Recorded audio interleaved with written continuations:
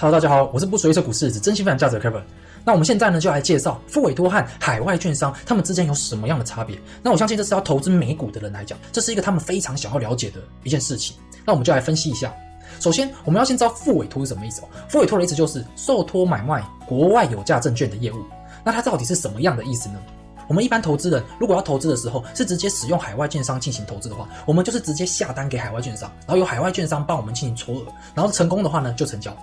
但是复委托的话呢是怎样用的呢？复委托就是我们投资人先向国内的券商进行下单，那国内的券商呢再帮我们下单到海外券商，那这中间呢国内券商就会帮我们就会抽取了一层手续费掉。所以说它等于是我们投资人当中，我们投资人进行投资的时候呢，中间多了一道手续，那这个手续呢我们就叫它叫做复委托。好，那复委托跟海外券商他们之间有哪些优缺点呢？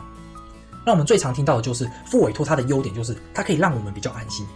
那海外券商的话呢，安心程度就没有那么高。怎么说呢？因为复委托的话呢，我们要是有什么问题，我们直接去临柜，我们去跟收银员讲说，去跟营业员讲说，我要把股票卖出来，或者是我要把股票买进来，很简单，你用的语言就是我们的母语，然后人的话呢也在你面前，然后你感觉好像一个实体的东西，实体的一个银行，可以让你去进行 talk， 你会觉得这样子比较安心。海外券商它顶多就是中文界面，中文客服，然后客服呢，你打过去的话呢，他会非常热心的去回应你的问题之外，你并不能看到真正的人在那边。但是海外券商当然还是有些海外券商，它是有实体的店面，并且有在美股上市，所以也是有海外券商是比较安全的。那在遗产税的部分的话呢，如果你往生了，你不幸往生的时候，那你那一笔海外资金要把它追回来的话呢，是需要花费比较多的精力去用。所以说安心程度上面的话呢，我相信复委托绝对是比海外券商还要让人安心。但是在下单的手续费方面的话呢，国内复委托它单笔交易就要$25，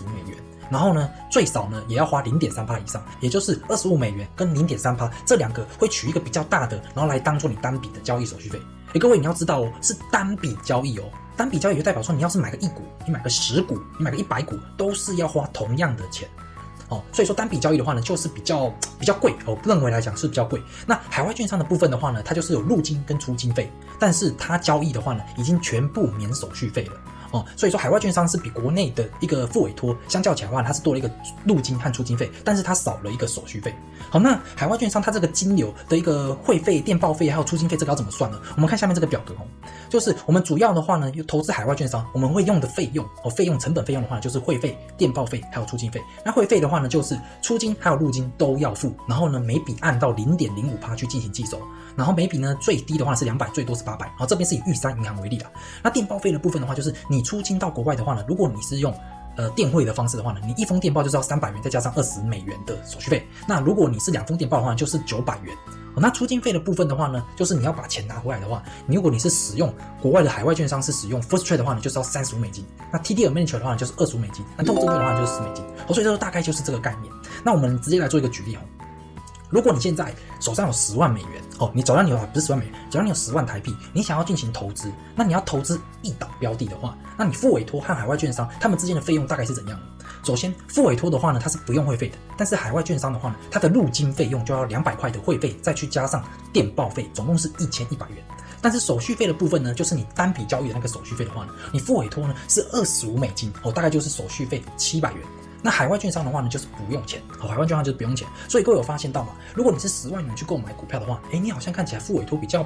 便宜的感觉，但是海外券商的话呢，好像比较贵。但是真的是这样吗？各位可以想象，你$10万，你去用复委托，你只能买一档标的，但是海外券商呢，你$10万过去之后，你可以买 N 档标的，也就是说你可以用零股投资。你说我$10万，我1万块要投资可口可乐，我1万块要投资 Apple， 我1万块要投资亚马逊，我都可以这样进行分配。但是复委托的话呢，你只能买一档标的，所以说你从这边你可以发现到嘛，你复委托并不适合去做单笔的购物，应该说你复委托不适合去购买个股，复委托是适合用来买 ETF， 因为如果你10万块都买一个个股的话呢，你的资产分散风险就会非常的，就是你资产没有那么的分散，你风险会比较高，所以复委托我认为是比较适合去使用购买 ETF， 不适合去购买个股。但是海外券商的话呢，它不管是个股还是 ETF 都非常适合。那如果我们换成是100万去购买股票的话呢，复委托的会费就是0元嘛，那海外券商呢是1400块。那手续费的部分的话呢，复委托是3000块，海外券商是0块。所以我们从这边我们就可以看到了，其实你金额越大，你并不代表说你用复委托就比较便宜你复委托是 0.3% 的手续费虽然这里手续费 0.3% 是可以去进行议价，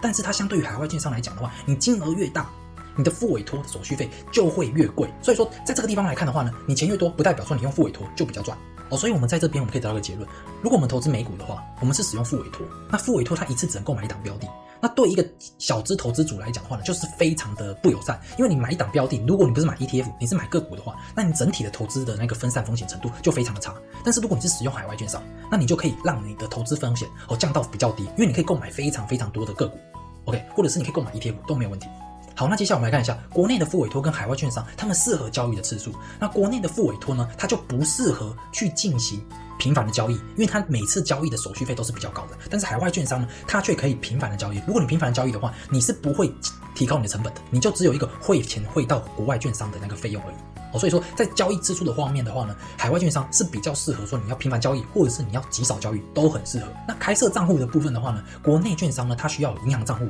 跟券商账户，但是海外券商你只要开一个海外券商账户就好，你不需要再开一个海外的银行账户。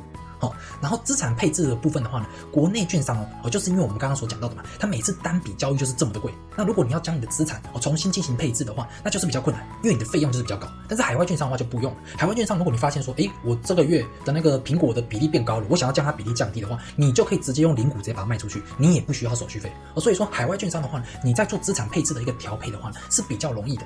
那在股息再投资方面的话呢，国内的复委托是没有股息再投资，但是海外券商的话呢，就可以使用股息再投资。那股息再投资到底有多强大，到底有多重要呢？这等一下我们后面会再讲到。好，那美股即时报价的部分的话呢，国内券商你没有美股即时报价，你委托国内券商去海外购买股票，就是复委托嘛。那这个过程当中就会有一个时间差。所以你下单的时候呢，你的价格并不是最新的价格，是比较旧的价格，比较旧的价格，你看到价格跟你到时候真的下单的价格是不一样的。所以说你这个中间的话呢，就会有一个时间差。但是你海外券商的话呢，你可以即时报价，你可以即时下单，你的买的价钱是最及时的。那商品种类的部分的话呢，国内的复委托就很少 ，ETF 加股票通常都不到50个。但是海外券商的话，你全部都可以，你不管是股票、ETF， 还是你想要使用选择权，还是要买期货，都可以。那你的股票部分就8、9千只，那 ETF 的话呢更是不止。所以说海外券商的话呢，你的种类就非常的繁多。那基本所得免税额，这是大家比较容易去注意到的东西，就是那我去购买海外的收入的话，应该说是我海外的收入，然后领回台湾的话呢，会不会扣多少税？其实你台湾的免税额是高达670万，你只要你的国内的收入加上国外的收入加起来没有超过670万，那你国外的收入就不需要付税，就不用付税。那这是不管是复委托还是海外券商都是一样的。所以说我们投资国外的话呢，其实你要付税的话呢，其实是比较困难的。你能赚到670万以上，你国内加国外这样赚到670万，那你基本上你已经财务自由了。OK， 好，那股息税的部分的话呢，不管是复委托还是海外券商，都需要付股息税。那这个股息税呢，就是因国而异啊。你自己想想看就是如果你是美国的公司在美股上市，那我们台湾就要被课30%的税。但是如果你是英国的公司在美股上市的话，你是不需要被课税的。所以说你的股息税不是代表说你每个美股上市的公司我们都要被课股息税，没有。你还要看那家公司它是在哪一个国家。OK， 那股东会通知呢，就是你每次你投这股票，只要你投资可口可乐，那可口可乐要是发布股东会的时候呢，他会给你通知，但是复委托你是收不到通知的。但是海外券商的话呢，你的券商账户他会提醒你说，可口可乐几月几号他要股东会了，我们可以去用电话会议，我们可以去听他们在讲什么。所以说这就差很多了。我们的股票，我们的标的在开股东会，我们完全都不知道。所以说你复委托真的是股东吗？这就是不知道的。好，再来就是股息再投资到底有多重要？首先我们要知道股息再投资是什么。股息再投资的意思就是你每次领到的股息，然后呢，系统会帮你自动再买进同档股票，然后最小可以买到小数点第3位。各位知道这意思吗？这意思就代表说，如果我今年1月的时候我领到股息，然后马上就将这笔钱再投入进去，那我今年4月的时候，我又在发股息的时候呢，我原本1月的那个股息买的股票又可以再帮我领一次股息。那美股呢，它通常每一家公司大概都是4个月，应该说是1年就是发4次股息。所以就是非常频繁的发股息，然后再加上股息再投资的话呢，它滚雪球的速度会非常快。那我们接下来看例子假设你现在有10万块，你投资一档标的，它每年的殖利率是4%，然后这4%已经扣除了股息税就是已经扣除了那30%的税得，然后呢它是4%，然后你投资10年的时候，如果你使用股息再投资，你的总资产最少可以达到14万8千元，然后第10年的股息可以拿到5693元以上那如果你是使用复委托的话呢？复委托的话，你就是不能进行股息再投资嘛，那你总资产就只能拿到14万，然后第10年的股息呢只有4000块，就是有这样的差距。那这是一个比较理想的一个状况，就是我们付委托拿到钱之后，我们并没有再把它给投资到国外去。因为你要是你投资到国外去，你看，如果你10万块你拿个殖利率4%，那你就4000块，你4000块难道要马上再投资到国外去吗？应该不可能吧？你4000块投资到国外去，你光那个什么交易的单笔交易，给你花25块美金，你4000块就少了将近1/3的钱啊，应该说少了将近1/5的钱啊。所以说你不可能说你4000块又马上就直接投资到国外嘛。所以说你要是使用付委托，你就偏向于是使用单利的去进行投资。但是你用股息再投资的话，就是你使用美国券商的话，就是一个复利的投资的策略。OK。好，那我们再看一下第3个例子哦。第3个例子就是，就假装你是使用1万块美金去投资美国500大企业，就是 SPY 这档 ETF， 从2011年到2021年，如果你是使用股息再投资的话呢，你的1万块会变成4万块。但是如果你没有使用股息再投资，你的1万块只有变成33000块。那年化报酬率呢，一个是14%，一个是12%，这两个绩效呢就相差了25%。所以股息再投资，在我们投资美股来讲，我认为是非常非常重要。也就是我为什么要选择券商，我选择海外券商，其实我最大的原因就是它可以使用股息再投资，这是第一个原因。好，那讲到这边 ，Kevin 自己投资美股的时候，我是使用海外券商。那我主要使用的话呢是几个原因啊，那我可以跟大家分享。第一个原因就是我刚刚所讲到的股息再投资，因为股息再投资对于滚动被动收入来讲，我觉得是非常非常的重要的。你这个 SPY 它还不是股息股，如果你是股息股的话，那相差是非常的多，所以我认为股息再投资是使用海外券商对我来讲最大的诱因之一。那第二个就是资产配置。如果我使用海外券商的话，资产配置可以比较多元化，我可以自己去选择个股，然后去进行投资，并且要是有哪一个股票它忽然间来到了合理价格的话呢，我也可以马上进行购买，所以这是比较方便的，这是第二个原因。那第3个原因就是可以使用选择权，选择权是一个投资美股非常非常厉害的一个工具。有人会说选择权很危险，但是选择权是一个工具，工具的好坏是来自于使用者，而不是工具原本就是危险还是安全的。像是一把菜刀，那个对屠师来讲就是一个很好的利器，但是要是对那些莫名其妙的人乱捅人的来讲，那个菜刀就变成凶器了。所以说工具并没有好坏，所以我认为选择权是非常强大的工具。所以我投资美股的话呢，我会因为这3个原因，所以我去使用美股券商。OK， 好，那这期影片先到这边了，下期影片我就跟大家分享美股券商我们应该要如何去选择。那这次影片就到这边咯，拜拜。